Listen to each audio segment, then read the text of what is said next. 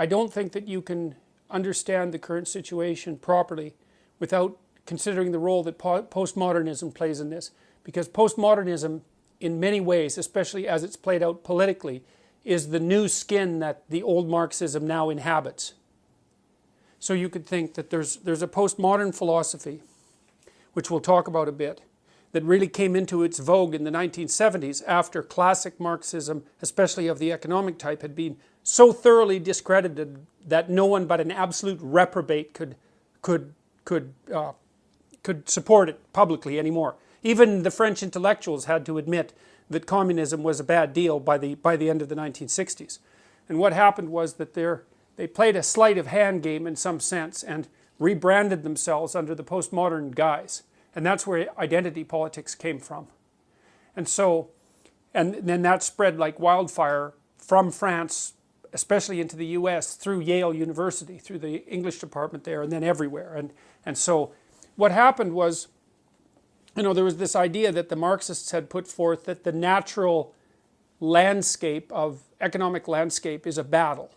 And it's a battle between the proletariat, the working class, and the bourgeois. And that that economic systems were doomed to continue to enslave people and to keep them poor and downtrodden unless there was a radical economic transformation that was predicated on something more like equity policy.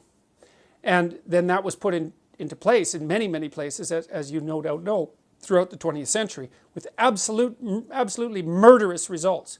It was the most destructive economic and political doctrine, I think, that has ever been invented by mankind, and that includes National Socialism, because the absolute magnitude of the havoc wreaked by the communist systems exceeded that wreaked by Hitler. And that's, I mean, Hitler didn't have quite as long a time to pull his stunts off quite as effectively, but it was a catastrophic system. And one of the things that's quite interesting is that the full breadth of that catastrophe is not something that students are well taught in our current educational system, which has always made me very suspicious.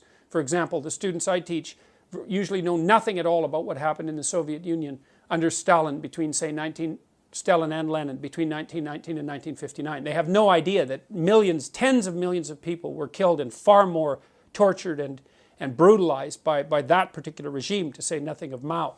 So look, what happened was that by the end of the 1960s, the evidence that communism was a catastrophic failure was so overwhelming that even the French intellectuals, and we'll return to them later, like because the French have a very long-lasting and powerful public intellectual tradition, and so intellectuals there are very influential.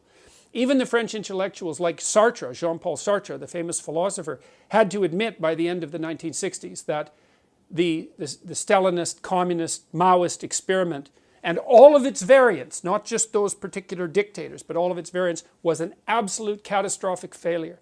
And then what happened was the postmodernists came onto the scene, and they were all Marxists. But they couldn't be Marxists anymore because you couldn't be a Marxist and claim that you were a human being by the end of the 1960s. And so they started to play a sleight of hand, and instead of pitting the proletariat, the working class, against the bourgeoisie, they started to pit the oppressor, the oppressed against the oppressor. And that opened up the avenue to identifying any number of groups as oppressed and oppressor, and to continue the same narrative under a different name. It was no longer specifically about economics. It was about power. And everything to the postmodernists is about power. And that's actually why they're so dangerous, because if you're engaged in a discussion with someone who believes in nothing but power, all they are motivated to do is to accrue all the power to them. Because what else is there? There's no logic, there's no investigation, there's no negotiation, there's no dialogue, there's no discussion, there's no meeting of minds and consensus. There's power. And so since the 1970s, under the guise of postmodernism, we've seen the rapid expansion of identity politics throughout the universities. It's come to dominate all of the humanities, which are dead as far as I can tell, and a huge proportion of the social sciences. And we've been publicly funding extremely radical postmodern leftist thinkers who are hell-bent on demolishing the fundamental substructure of Western civilization. And that's no paranoid delusion. That's their self-admitted goal. And I've identified, not only me obviously, but one of the main players in this entire drama is a French philosopher named Jacques Derrida, who I think most trenchantly formulated the anti-Western philosophy that is being pursued so assiduously by the radical left. And I think its dangers cannot be, I don't think its dangers can be overstated. And I also don't think the degree to which it's already infiltrated our culture can be overstated. I mean, the people who hold this doctrine, this radical postmodern communitarian doctrine that makes racial identity or sexual identity or gender identity or some kind of group identity paramount, they've got control over most low to mid-level bureaucratic structures. And many governments as well, but even in the United States, where a lot of the governmental institutions have swung back to the Republican side, the postmodernist types have infiltrated bureaucratic organizations at the mid to upper level. And that's actually what they're trained to do by their activist professors in university. And if you want proof of that, you can just go onto the websites of women's studies groups, for example, because they're some of the top offenders, and just look at what they say. Well, but that's the issue, is that caring for someone or for a group of people is a very complicated thing.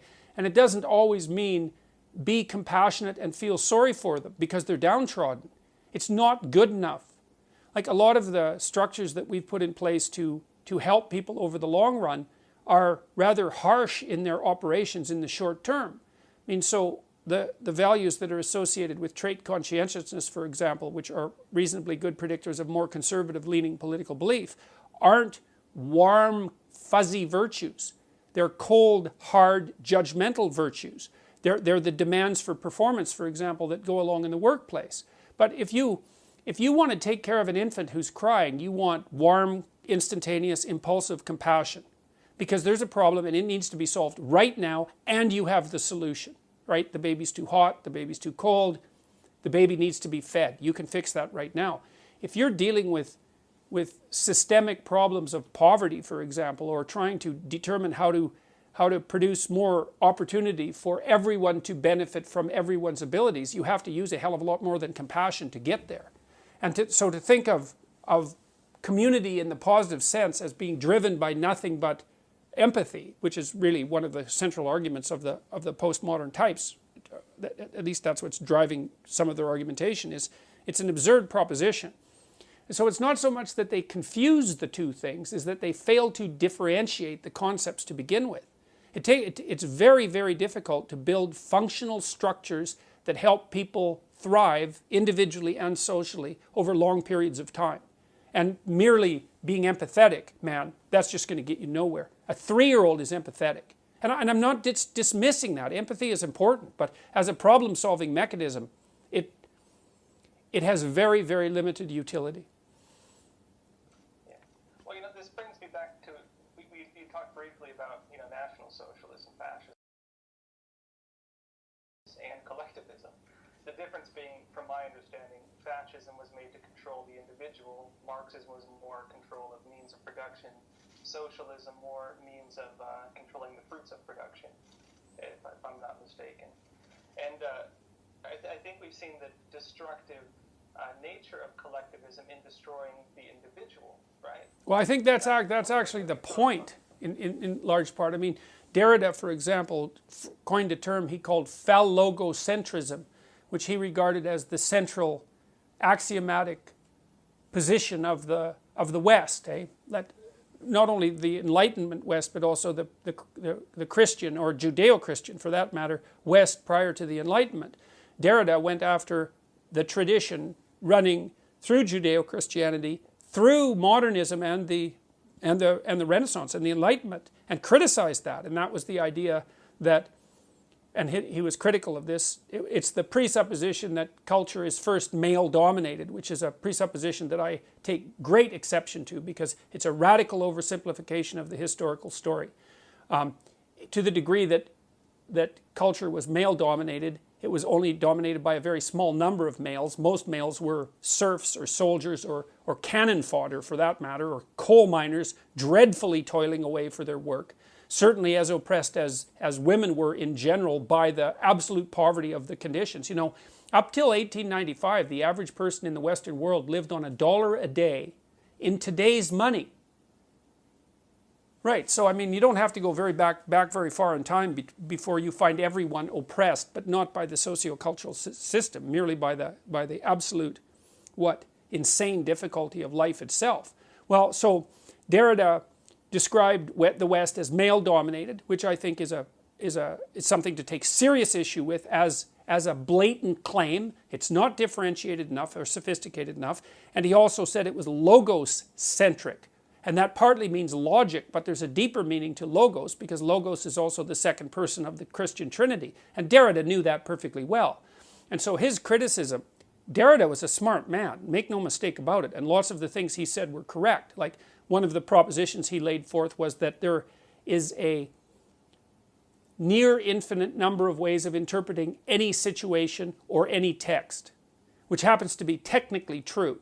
And that's been discovered in all sorts of fields, including artificial intelligence. So the central claim that he begins with is actually true. And it's not surprising that it had such a powerful effect on the humanities, because it's actually an extraordinarily powerful and undermining idea. But he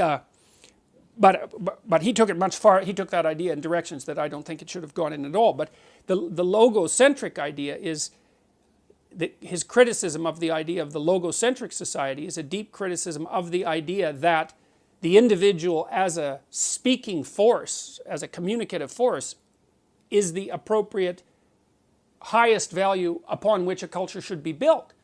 He took that apart and criticized it. And so that's a deeper criticism, I would say, even than Marx's criticism, which was mostly about unequal power relationships. Derrida went deeper than that. And the postmodernists that occupy the universities are anti-individual right down to the bedrock. And so that's partly why they push collectivism to such a degree. They don't give a damn who you are. They care what your group identity is. And that's that. Okay, so here's the claim.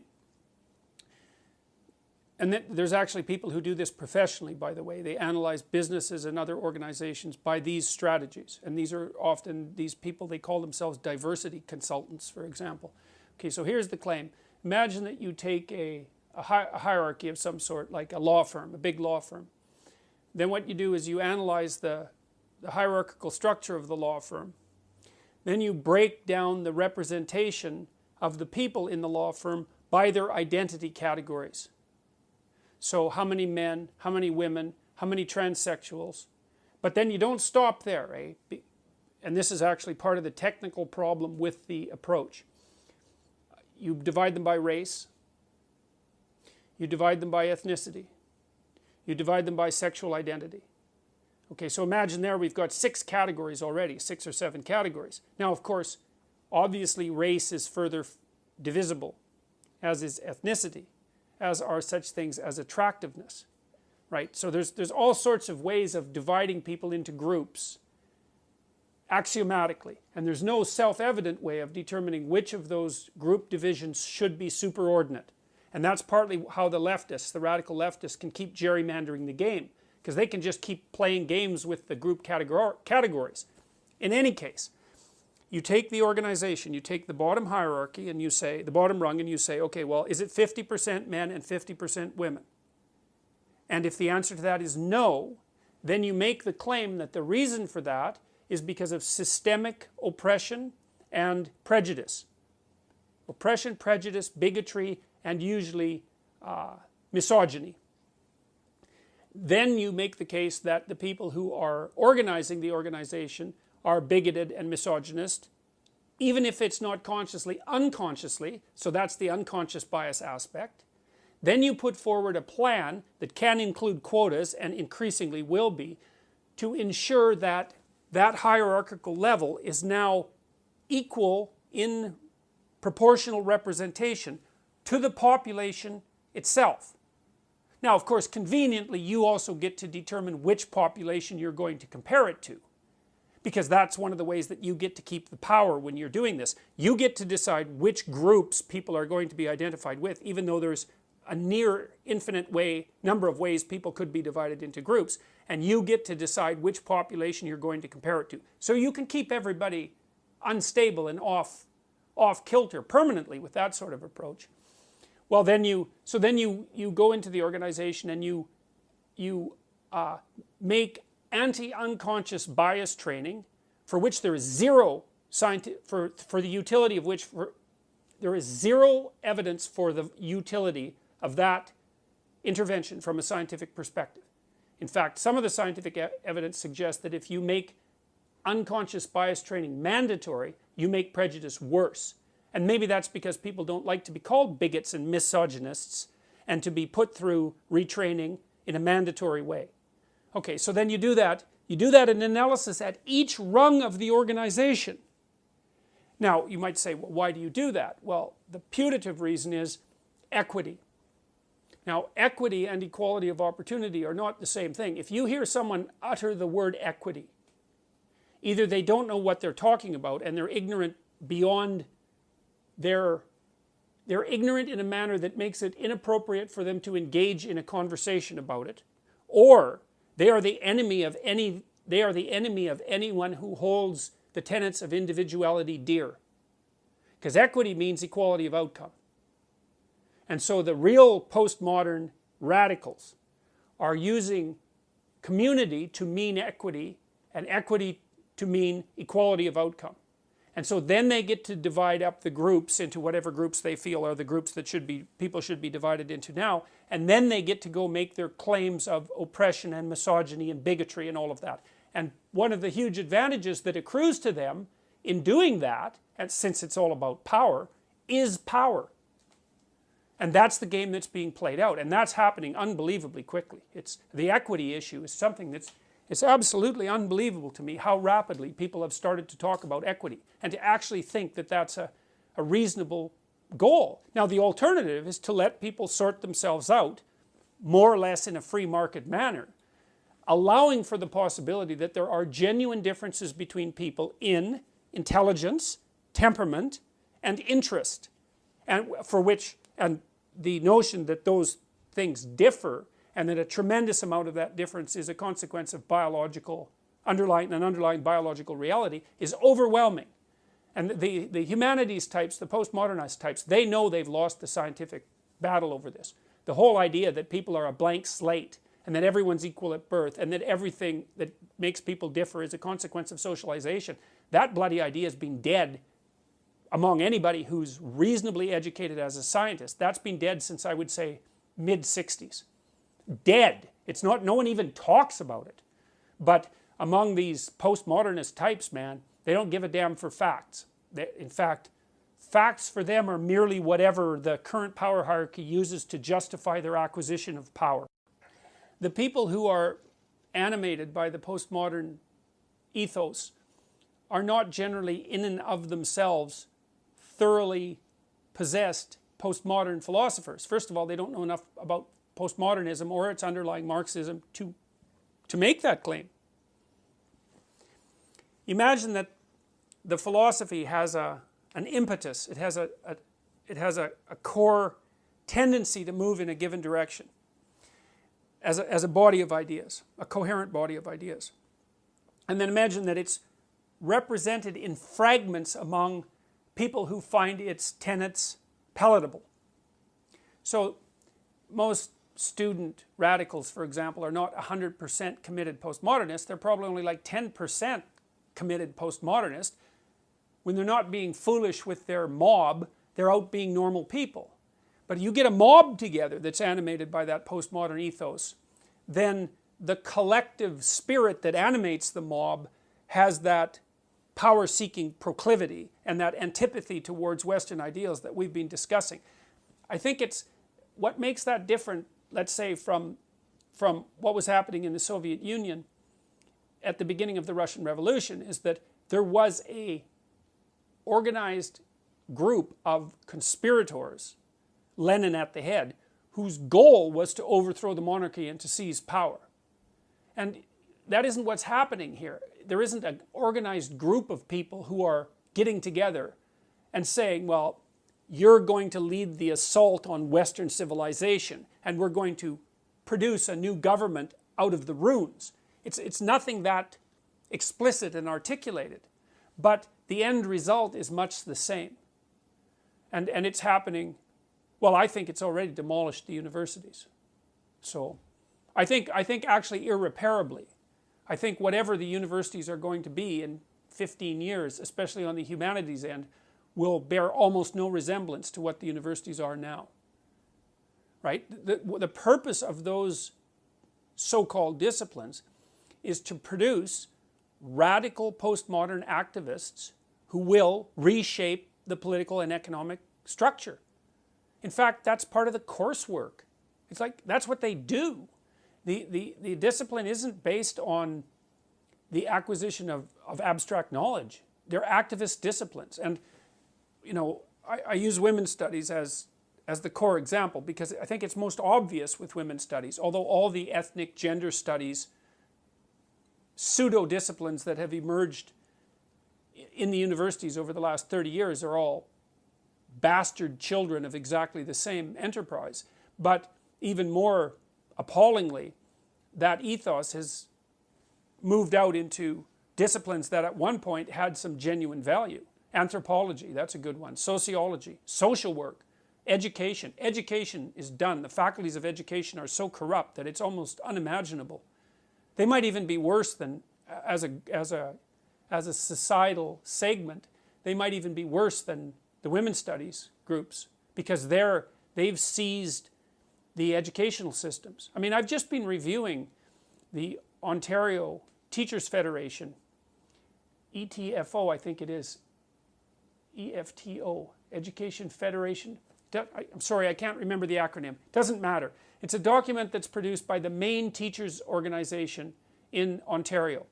And I've just been starting to review their curriculum for children from kindergarten to grade 8. It's pure social justice postmodernism. Jesus, they even teach kids to, here's how you interpret a book if you're a postmodernist, like a fiction book. You don't read the book and try to understand what utility might be extracted out of it to guide you in your life. That's the old system. The new system is you read the book and you analyze it in terms of whose societal position of power it justifies. So you look for who the supremacist is in the text.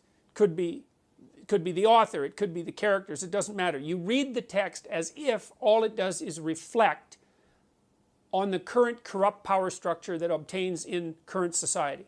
And that's the beginnings of literary criticism under the social justice regime.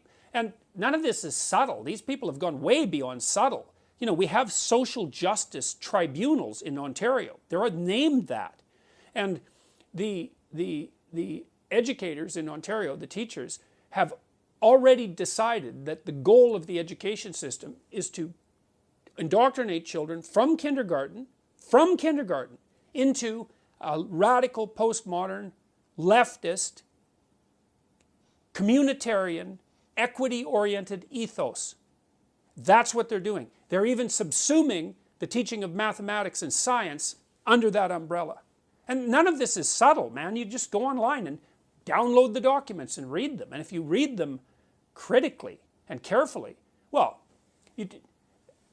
since I've been really looking into this, which would be since last September, really starting to look at it from a legislative and policy level, I mean, the first thing I came across was the Ontario Human Rights Commission website, which is an absolute travesty.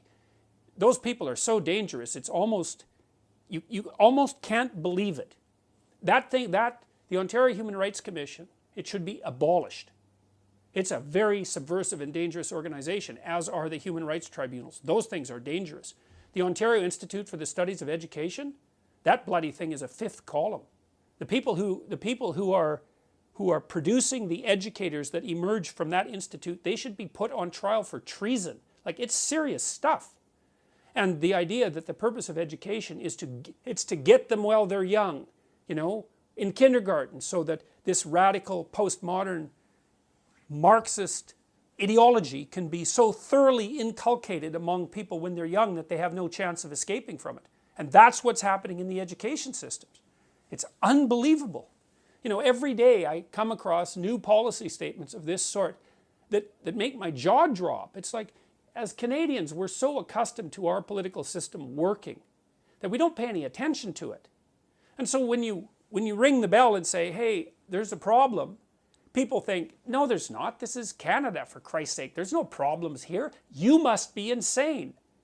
Right? And that's the right thing for them to think. Of course, when I started talking about Bill C-16 back in October, the first wave of public response was something like, this professor is like a demagogue who's, exaggerating the danger because of his own problems and for whatever, reputation might accrue to him. And the funny thing about that criticism is that was the right criticism, right?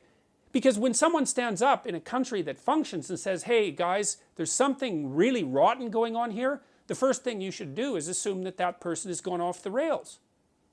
But the problem is that I haven't gone off the rails. That's the problem.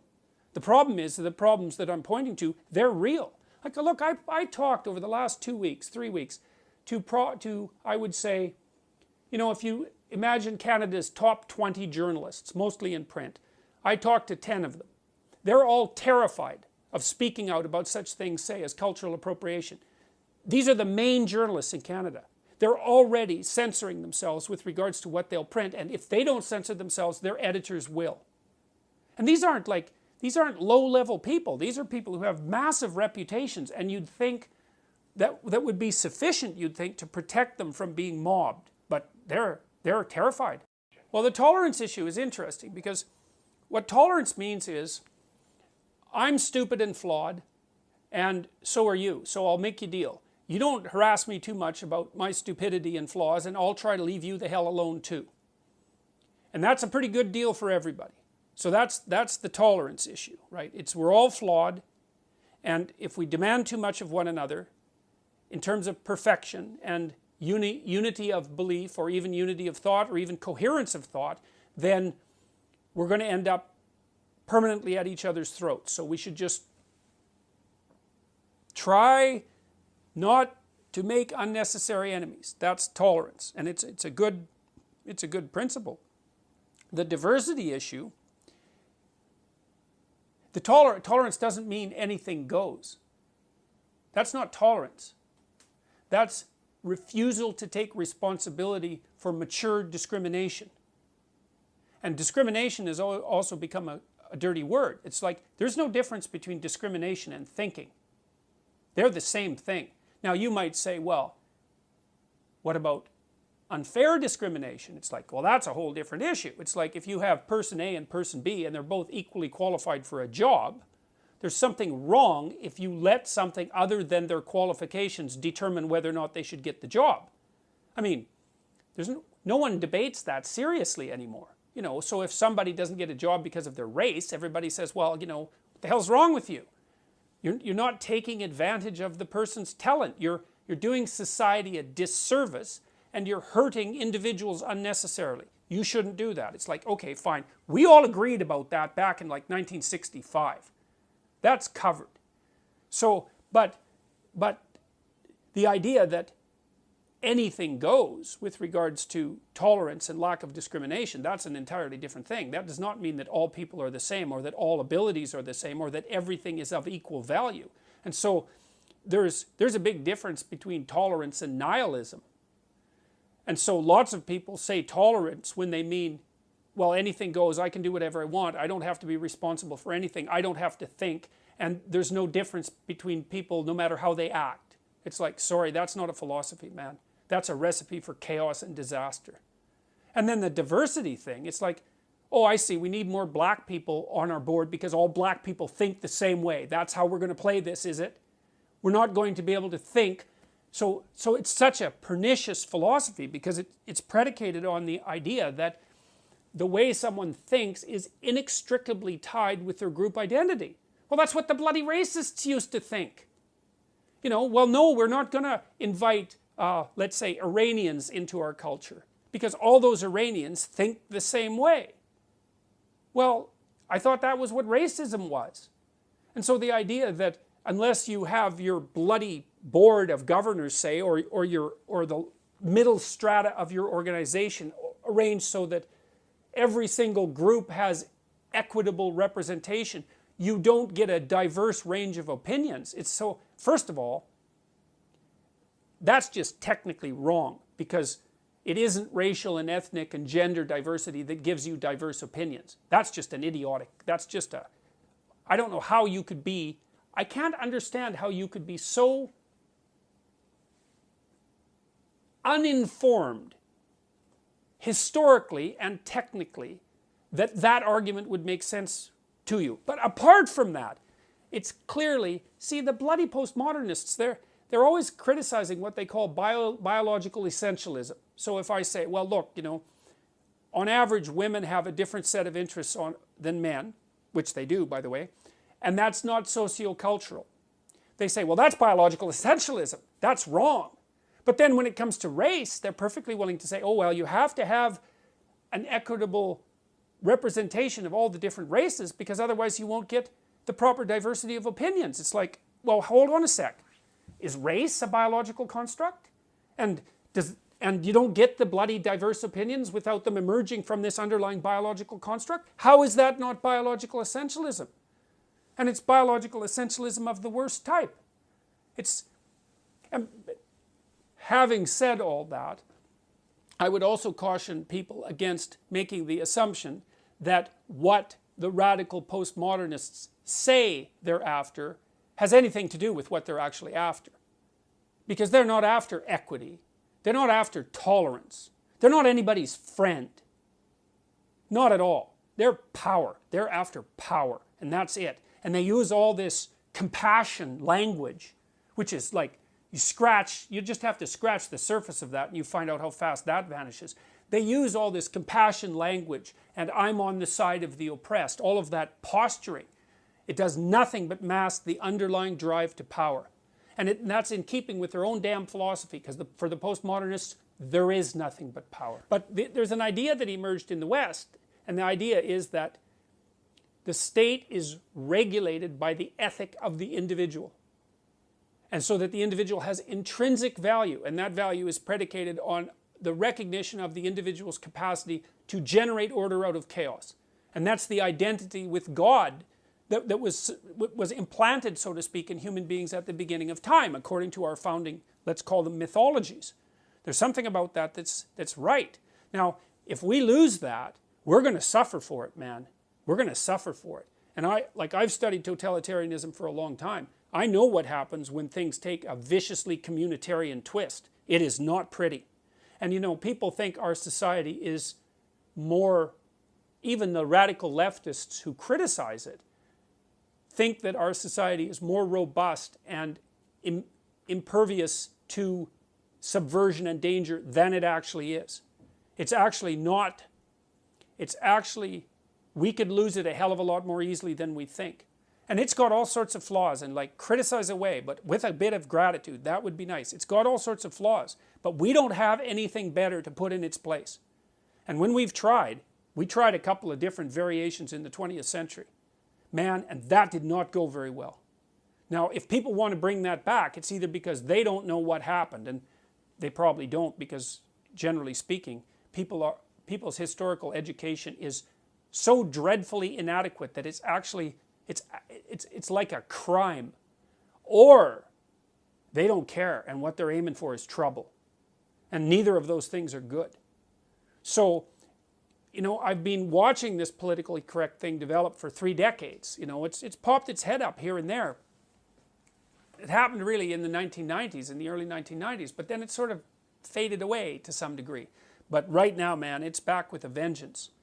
You know, in Bill C-16 in Canada, that's going to pass. And that is the first piece of legislation ever put in place in Canada that compels speech. And the Justice Minister curses on her head.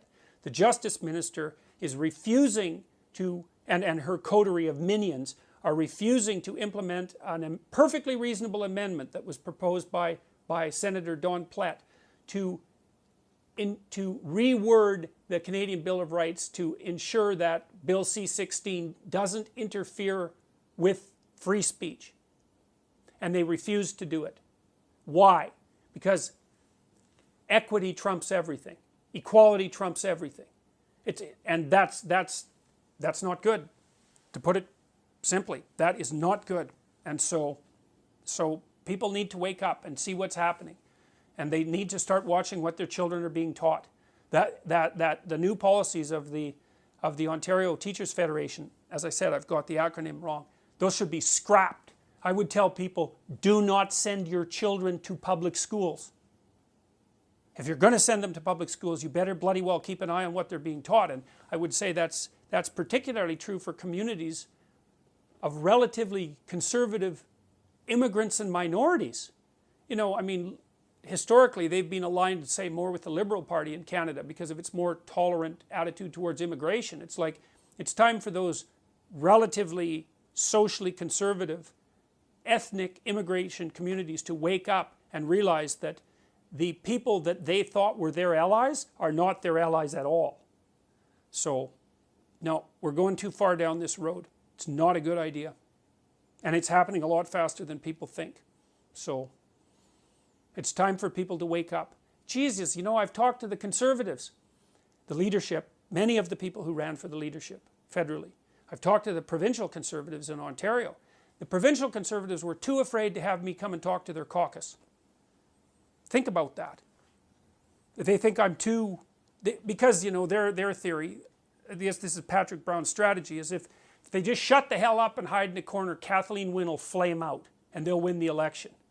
It's like, well, maybe and maybe not, but that's no strategy of courage.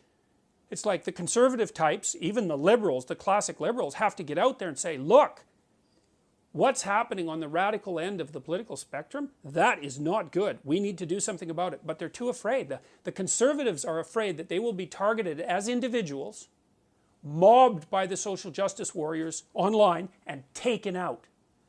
And so they don't say anything.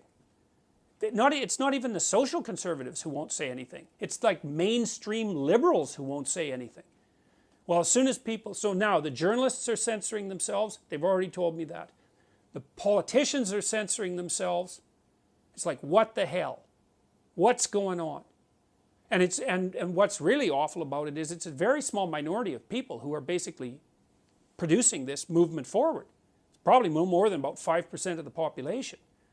So, and the other thing that's so interesting is if you push back against them hard, they just fold. I can't even get the social justice types to debate me. They won't do it. Now, they don't believe in debate. So why would they debate? They only believe in power. But like when I went to Queen's University to talk to the law students there about Bill C-16, from what I gathered, all of the law professors were invited to debate me. Now think about it. I'm not a bloody lawyer. I'm no law professor. I'm talking about legislation. Like a good lawyer should have been able to come out and just have twisted me into knots and sent me home in a cast. And they couldn't find a single bloody professor to come out there. So Bruce Pardy, who's a professor, had to come out and play devil's advocate. So there's no debate there. There's no discussion. So this small minority, they're well situated. They have a philosophically driven agenda. They're motivated personally by resentment and power. But there aren't that many of them, and they're bloody cowardly. And if you face them down, they'll run away. So I would say we should face them down before they continue to wreak the kind of havoc that they're already wreaking on our society. And we could certainly start with Kathleen Wynne and her coterie of radical postmodernists. So we should chase every single liberal, every single provincial liberal should be taken out of the Ontario legislation in the next election. That would be a good outcome. That would be a message. It's like, don't muck about with the structure of the family. There's a start. So, yeah, well. But the thing is, people are afraid. So the conservatives won't come out won't even come out and be conservative. So one of the things I've talked to them about, and I think I talked to 5 of the people who were involved in the leadership convention, was if you guys are afraid to be conservative, you've already lost. You're done. Like, you're just playing out an empty game. And that's the policies they're pursuing. Patrick Brown won't come out and, like, what the hell, Kathleen Wynne, she should be hanging on with one finger. If that woman had an ounce of integrity, she would have resigned when her popularity fell below 10%. But she doesn't, and no one will take her on with regards to that. So, it's not good.